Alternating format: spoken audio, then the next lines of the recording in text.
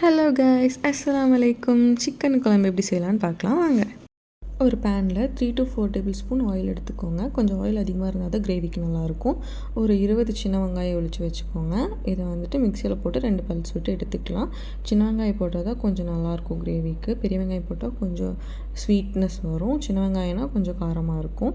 அப்புறம் 1/2 table spoon வந்து கசகசா ஊற வச்சுக்கோங்க ஃபஸ்ட்டே. இப்போ வந்து ஆயில் காஞ்சிருச்சு. ஆயில் நல்லா காஞ்ச பின்னாடி நம்ம இப்போ அரைச்சி வச்சுருக்கோம்ல சின்ன வெங்காயம், அதுவும் எடுத்து ஆயிலில் போட்டு நல்லா டீப் ஃப்ரை பண்ணிக்கோங்க.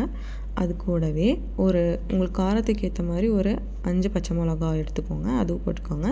இஞ்சி பூண்டு, பட்டை, கிராம்பு, ஏலக்காய் இது எல்லாமே வந்துட்டு 2 எடுத்து அது கூட அரைச்சி எடுத்து வச்சுக்கலாம். இதெல்லாம் சின்ன வெங்காயம், பச்சை மிளகா எல்லாமே நல்லா வதங்கிட்டுருக்கு. இதெல்லாமே நல்லா வதங்கின பின்னாடி ஒரு ப்ரௌனிஷ் ஆகும்ல, அந்தளவுக்கு வதங்கின பின்னாடி நம்ம அரைச்சி வச்சுருக்கோம்ல இஞ்சி பூண்டு பேஸ்ட்டு, அதுவும் போட்டு நல்லா வதக்கிக்கணும். கலரே சேஞ்ச் ஆகிற அளவுக்கு வதக்கணும். இஞ்சி பூண்டோட வந்து பச்சை வாசம் போக்குற அளவுக்கு நல்லா வதக்கி எடுத்துக்கோங்க. இப்போவே வதங்கிட்டுருக்கு பார்த்தீங்களா, ஒரு நல்லா ப்ரௌனிஷ் கலர் ஆகிட்டுருக்குல்ல. பச்சை மிளகாவும் சேர்ந்து நல்லா வதங்கின பின்னாடி இப்போ வேறு இன்னும் நான் போடல, அப்படியே அரைச்சி வச்ச இஞ்சி பூண்டு பேஸ்ட், பட்டை, கிராம்பு தான் போட்டிருக்கேன். பிகாஸ் நான் வீடியோ எடுத்த பின்னாடி தான் ஆடியோ ரெக்கார்ட் பண்ணிகிட்ருக்கேன் கைஸ், வேறு இன்னும் நினச்சிக்காதீங்க. அப்புறம் வந்து 2 தக்காளி எடுத்துக்கோங்க. கம்மியாக தக்காளி இருந்தால் போதும். 2 தான் நான் யூஸ் பண்ணியிருக்கேன் இதுக்கு. பிகாஸ் வந்து புளிப்பு அதிகமாகிடும், அதனால் வேண்டினா நான் 2 தக்காளி மட்டும் எடுத்துகிட்டு அதுவும் நல்லா வணங்கிட்டுருக்கு. அப்போ வந்து 1 டேபிள் ஸ்பூன் மிளகாய் பொடி, ஓகேவா, அது வணங்கிட்டு இருக்கும் போதே அது போட்டுருங்க. வேறு எந்த மசாலாவும் நான் ஆட் பண்ணல. அந்த பட்டை கிராம்பு பேஸ்ட்டும் இதுவும் மட்டும் தான் ஆட் பண்ணியிருக்கேன். இப்போவே கலர் எப்படி வந்திருக்குன்னு உங்களுக்கு தெரியும், பார்க்கும் போதே தெரியும்.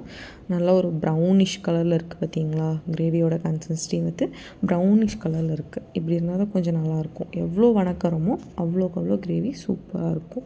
நம்ம வணக்காமல் போட்டுட்டா தான் கொஞ்சம் பச்சை வாசம் அடிக்கிற மாதிரி இருக்கும், ஓகேங்களா. இப்போ மசாலா எல்லாமே கொஞ்சம் நல்லா வணங்கிருச்சு, எண்ணெய் மேலே வர மாதிரி இருக்குல்ல. இந்த நேரத்தில் என்ன பண்ணணுன்னா ஒரு 2 டேபிள் ஸ்பூன் வந்துட்டு மல்லிப்பொடி ஆட் பண்ணிக்கோங்க, ஓகேங்களா. அதனால் ஆயில் மேலே தெரிகிற மாதிரி வணங்கினதுக்கப்புறம் தான் நம்ம வந்து மல்லிப்பொடி ஆட் பண்ணுறோம், ஞாபகம் வச்சுக்கோங்க.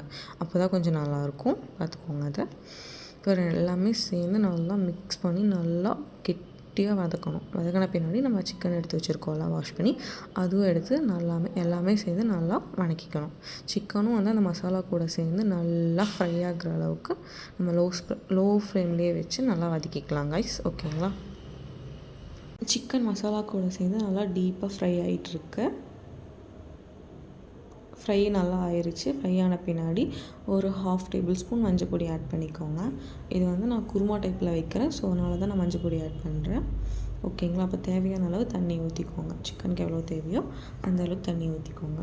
இது நீங்கள் சப்பாத்தி, பூரி அதுக்கெல்லாம் நீங்கள் சாப்பிடும்போது இந்த மாதிரி தண்ணி ஊற்றியே கிரேவி டைப்பில் வச்சு சாப்பிட்டுக்கலாம். பட் வந்து நான் இது க்ரீன் ரைஸ்க்கு வைக்கிறேன், பிகாஸ் அதனால் வந்துட்டு நான் கோகோனட் ஆட் பண்ணுவேன். இதில் மல்லித்தலை வந்து 2 எடுத்து ஆட் பண்ணிக்கோங்க. தண்ணி கொதிக்கும் போதே ஆட் பண்ணிக்கோங்க. உருளைக்கிழங்கு 2 கட் பண்ணி போட்டிருக்கேன். நல்லாயிருக்கும். இது வந்து கீ ரைஸ், ஒயிட் ரைஸ் எல்லாத்துக்குமே வந்து இந்த சிக்கன் குழம்பு சூப்பராகவே இருக்கும். நீங்கள் தேங்காய் போடலைனாலுமே இப்படியே சாப்பிட்டாலும் நல்லா தான் இருக்கும். நான் வந்துட்டு கீ ரைஸ்க்கு சாப்பிட்றதுனால கொஞ்சம் வந்து தண்ணியோட தான் நான் வைக்க போகிறேன், நான் காட்டுறேன் பாருங்கள். தண்ணி ஊற்றின பின்னாடி அதை நல்லா கொதி வந்துடணும். கிழங்கெல்லாம் வேகணும்ல, அதுக்காக நான் லோ ஃப்ளேம்லேயே வச்சு நல்லா குக் பண்ணிகிட்ருக்கேன். இப்போ எல்லாமே நல்லா குக் ஆகிட்டுருக்கு. சிக்கனும் உருளைக்கிழங்கும் சேர்ந்து நல்லா குக் ஆகிட்டுருக்கு. இந்த டைமில் என்ன பண்ணிக்கலாம்னா, அது குக் ஆகிற டைமில் ஒரு 1/2 மூடி தேங்காய் எடுத்து நான் சரி வச்சுருக்கேன், அதை மட்டும் எடுத்துக்கிறேன். அப்புறம் இதுக்கு முன்னாடி நம்ம 1/2 டேபிள் ஸ்பூன் கசகசா எடுத்து வச்சுருந்தோம்ல, அதுவும் இது கூட சேர்ந்து தண்ணி விட்டு நல்லா ஃபைன் பேஸ்ட்டாக வர அளவுக்கு நம்ம அரைச்சி எடுத்துக்கிறோம். இப்போ கொதிச்சிட்ருக்க தண்ணி இருக்குல்ல, அதில் வந்துட்டு இப்போ நம்ம அரைச்சி வச்சுருக்க தேங்காவும் ஆட் பண்ணிக்கலாம்.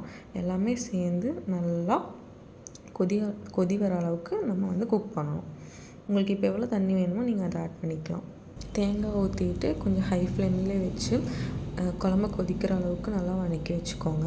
இப்போ நல்லா குழம்பு கொதி வந்துருச்சு. கொதி வரும்போது என்ன பண்ணுறீங்கன்னா ஒரு 1/2 லெமன் வந்து புழிஞ்சு விட்டுக்கோங்க.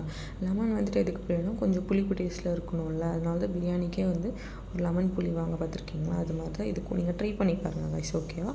இப்போ எல்லாமே மிக்ஸ் பண்ணி விட்டாச்சு. இப்போ வந்து லோ ஃப்ளேமில் வச்சு உங்களுக்கு தேவையான அளவு உப்பு வேணும்னா ஆட் பண்ணிக்கலாம். நீங்கள் டேஸ்ட் பண்ணி பார்த்துட்டு உப்பு உங்களுக்கு எவ்வளோ தேவையோ அதை ஆட் பண்ணிக்கோங்க. இப்போ நல்லா கொதி வந்துருச்சு. நம்ம சிக்கன் குழம்பு ரெடி ஆயிடுச்சு. லைக் பண்ணுங்கள், ஷேர் பண்ணுங்கள், சப்போர்ட் பண்ணுங்கள். Bye guys.